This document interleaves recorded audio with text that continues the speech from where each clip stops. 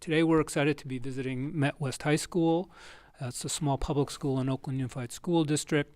Metwes program is built around individualized learning for each student, community-based internships, and project-based learning.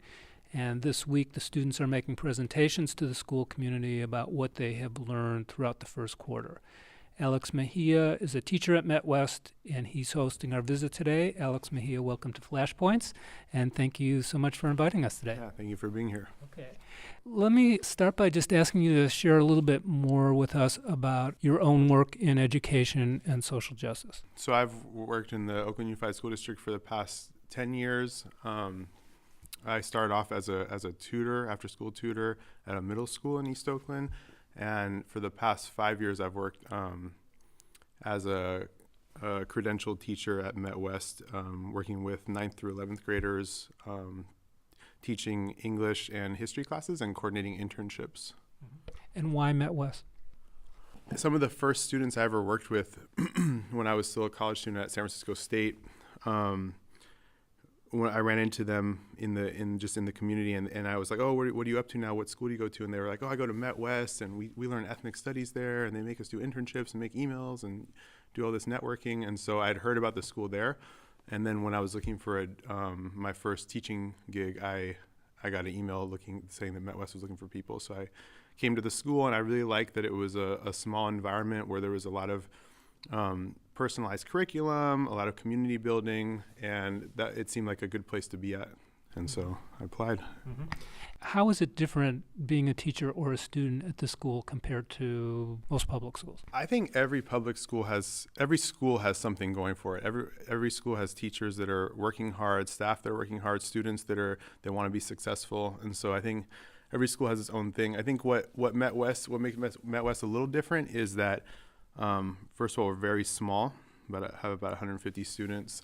And secondly, we have some flexibility to have students go out into the world and work in community-based organizations, businesses, schools, nonprofits, et cetera. And so they get experience in the work world, being mentored by adults who see them as individuals, see their areas of growth, see what their strengths are. And so I think the degree of individualization is what makes Metwes a little different than other schools, and allows us to support students in developing their talents and seeking out places where they can explore their passions and their interests. Mm-hmm. And how is social justice a part of the program here? I think in sort of a post-recession, post-crisis of the capitalist economy, where so many people have lost jobs, or so many people have never had stable jobs due to the way the economy is structured. There's so much precarity in people's employment situations. Students being able to sort of advocate for themselves in the job market and build relationships with adults and feel like they deserve a place where they can lead productive lives in the sense of doing meaningful work in their communities, whatever that means for them. I think that's a huge part of the social justice piece here, is that students from working class backgrounds have an opportunity to actually feel like they deserve to do the type of work that they want to do, and not just take low-wage jobs that are very prevalent in the community. Additionally, our curriculum, we have the flexibility with curriculum to co-construct that with students. In the 11th grade, we sat down with focus groups of students over the summer and developed projects around urban development and transit development, and actually carried out a 2-month-long project with AC Transit that we co-created with students. And so I think that's another piece of social justice, is just the participatory nature of our school and the opportunities we have for students to take leadership in developing the curriculum. And then a third way is that we, and a lot of schools do this, talk about colonialism, capitalism, movements against those systems, and students learn about sort of movement history. Mm-hmm. Do you get any heat for that? Which part? For addressing explicitly issues of capitalism, colonialism, like I'm thinking about from the district or from groups in the community. Do you get any heat for what you're doing here? I think pretty generally there's a lot of social justice teachers in Oakland who talk about colonialism, talk about capitalism, who make general connections to the historical development of oppression and exploitation that directly affects us as workers, students as young people from working class communities. So I think in general it's safe to do that for the most part, because there's ways you can say, oh, this is aligning with certain standards around critical thinking or whatever. But where you start to get heat is if you start to actually look at the ways in which colonialism and capitalism actually structure school budgets in Oakland, for instance, or, sales of land in Oakland, like, for instance, what's happening on 2nd Avenue right now with Dewey High School and the old OUSD admin building. So once you start taking public positions on things like that as an individual, or developing curriculum that allows students to look at multiple perspectives on controversial issues like that hit so close to home of our employer, that's where you start to get a little bit more heat, because that's where, that's really, in a way, the most meaningful way to look at things like capitalism or colonialism, is look at how is land used in public spaces like OUSD. So once you start to do that, then you get a little more pushback. In this series, we've been looking at the corporate education agenda, from standardized testing, standardized curriculum, privatization, tax on unions. How does that agenda, which is also tied to a lot of funding, as well as people's ability to stay in their jobs or have their schools stay open or closed, how is all of that impacting this model? Does that make it any more difficult for you, for example, to do the kinds of things you're doing? Are you under pressure to do more testing, or how are you impacted by that dominant narrative and movement in education right now? I think that the entire school districts in California in general, in particular school districts like Oakland, the directors of the school board, like David Kakashiba, are the first to say publicly that we're dealing with a situation where we've had declining revenue for schools, for public school districts. And so that's the context in which we're dealing with, is with shrinking budgets and austerity. And we're in a situation that compels us to, quote unquote, do more with less. So we're constantly under pressure to have higher class sizes, and to basically have to make do with that. And teachers end up getting a lot of the brunt of that situation, and get sort of like the most focus is the focus, because we accept that we have declining school budgets, but we're supposed to have high expectations for everybody. And yes, I'm for high expectations. I think the vast majority of teachers are, but to have high expectations and to ignore the structural conditions that we're dealing with, I think, is a real big problem, and basically naturalizes the problem and accepts it. So that's the overall situation. So yeah, class size is a big deal. Oakland Unified School District has the lowest paid teachers in all of Alameda County. And that leads to statistics like the one that's shows us that about 73 to 75% of teachers in Oakland are new every 5 years, new to the district. Wow. Which is an incredibly high turnover, and contributes to the destabilization of school communities, which ends up destabilizing the community as a whole. When you lose people who have built relationships with students, and students have this turnover of teachers, it has a negative impact. So that's another part of the structural conditions. And in terms of Metwes specifically, we're a little bit protected from some of the standardization of testing and things like that, because we're an alternative education and we have some flexibility. But I know across the district people are dealing with that. And while things like the Common Core have some, a lot of teachers, including myself, I think, do a lot of the learning activities and teaching practices that the Common Core advocates, such as looking at primary sources, secondary sources, and critical thinking and multiple perspectives on controversial issues and complex texts. The real issue is going to be like when the SBAC, the Smarter Balanced Assessment Test, which got rolled out last year, comes out, because the focus is on, so it's supposedly not on content but on skills. But really, when you take those tests, and I encourage everybody to take the practice tests online, you see how much content there really is on there, and how much it's not actually measuring what students are learning in school.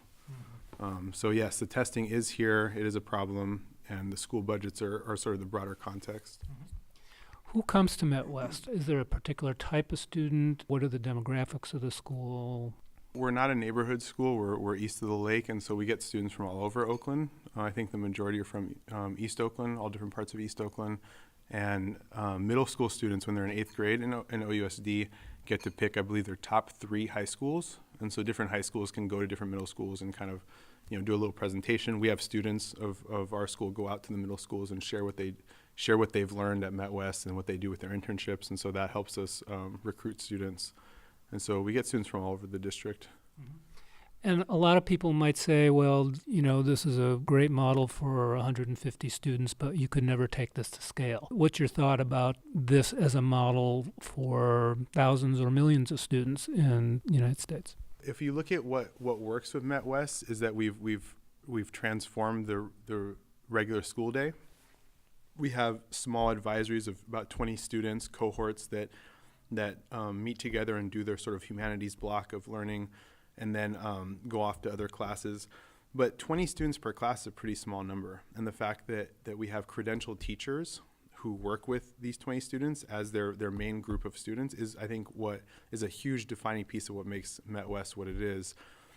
Taking it to scale would mean generalizing those conditions. It would mean providing teachers across a district like Oakland's or across a state or a country or a world with a really low adult to student ratio, such that adults can actually build meaningful relationships with all their students, not just the ones that come into their classes at lunch or they meet with after school sometimes, but all of them, and support them all in sort of their own paths of learning for academic success, social, emotional growth, et cetera.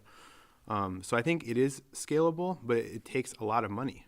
It would take millions of dollars for Oakland to have every single high school class have one adult for every 20 students, or lowering it to 15. And that's possible if district officials, teachers, the union all fight for more funding from the state, fight for more funding from places like the financial institutions that got bailed out in the past few years. If there's a tax on developers who are hungry to grab up land in a place like Oakland, there's a ton of money out there in the society, but we need to fight for it, and that's the only way in which we can take this to scale. We can't do it with the shrinking piece of the pie that we have now. Can I say one more thing in response to that? Yeah, sure. And the fact that we do have shrinking budgets means that we're forced to look for outside funding through philanthropic foundations to fund programs. But what happens with that is that we end up getting these sort of like short-term grants that we have to always reapply for. Our administrators end up having to reapply for grants all the time instead of being instructional leaders in the classroom. And so we have the fact that we have this austerity situation with small school budgets, and then creeping privatizing forces coming in and giving us money here and there, just it's an untenable situation.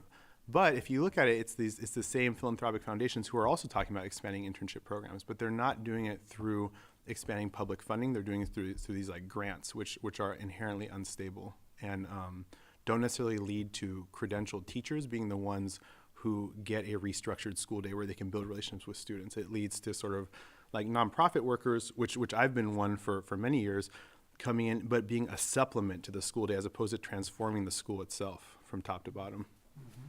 In many schools these days, especially with the dominant narrative, success is students being able to pass tests that supposedly then make them college ready and career ready.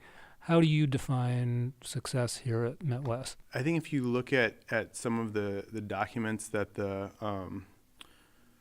the National Council for Teachers of English have put out, there's a framework document that talks about habits of mind, and I think that success for students involves embodying some of those habits of mind and having experiences where they're successful academically, successful in their social environment, in the community, and developing themselves as just community members. And that can look many different ways for different students. It means them having an internship where they're being challenged to learn new skills, being challenged to participate and take leadership in a workplace.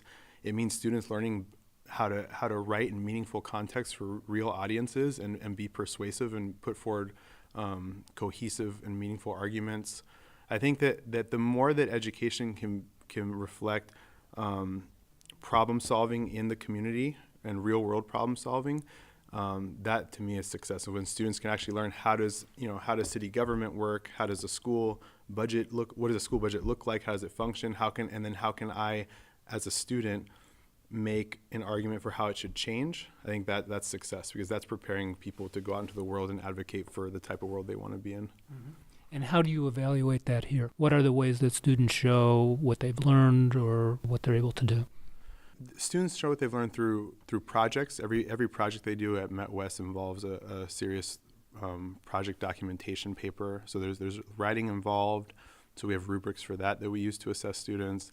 There's the impact of the project itself. Was it successful? Why or why not? And students and mentors and staff here can co-construct assessments in order to determine whether or not something was successful, what students learned through the process. So there's many ways to assess student growth and ways that are really meaningful, portfolios, and all these types of assessments require human energy and human time, and so they require us to sit down with students and actually individually look at where did they grow, where do they still need to grow, et cetera. So there's certainly ways to qualitatively and quantitatively assess student growth that are not just standardized tests. Mm-hmm. What happens when a student is struggling here for whatever reason? Struggling just in their own lives, academically, behaviorally? What's the approach of the school? We have a restorative practices team whose specific goal is to work with students who are struggling at school, struggling in the community. Within our advisories, we do a lot of community building to try to get at the root of the social relationships within the school and sort of create healthy relationships to try to undermine the basis for any type of conflicts among students here.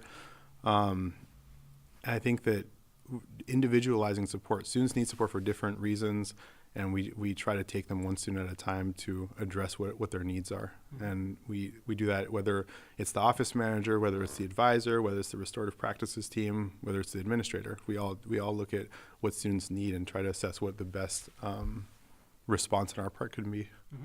And what have been the outcomes for students in terms of some of the standard or not standard measures that are used? I mean, graduation rates. What do you tell the district or the community about the outcomes for students here? I think Metwes has one of the higher graduation rates in the Oakland Unified School District. I think that's and also I think one of the highest college acceptance rates for seniors who are applying to colleges. And I think that's not because we're doing anything special aside from really individually looking at what students need. And we have the staff to do that. And I think that the reason why our rates might be higher than some other schools is not because it's because our conditions that we're dealing with are different. Other schools have much higher student-to-teacher ratios. They have much larger schools where it's harder to individually focus on students, and so you have more tracking that happens. Mm-hmm. At Metwes, we don't have any formal tracking system, and so I think that allows us to support each student mm-hmm. in achieving their post-secondary goals. Mm-hmm. What is it that most concerns you about the future of education in this country, and what is it that gives you the most hope? I think what concerns me most when progressive folks talk about education is that we sometimes take a sort of reductive view toward education and just look at education in a vacuum. We have to look at the entire economy and the political system. And we have to look at seriously what are the opportunities for students once they graduate. Even if someone goes to college, gets a bachelor's, gets a PhD for that matter, look at what happens to people who pursue graduate education. Look at where they're working.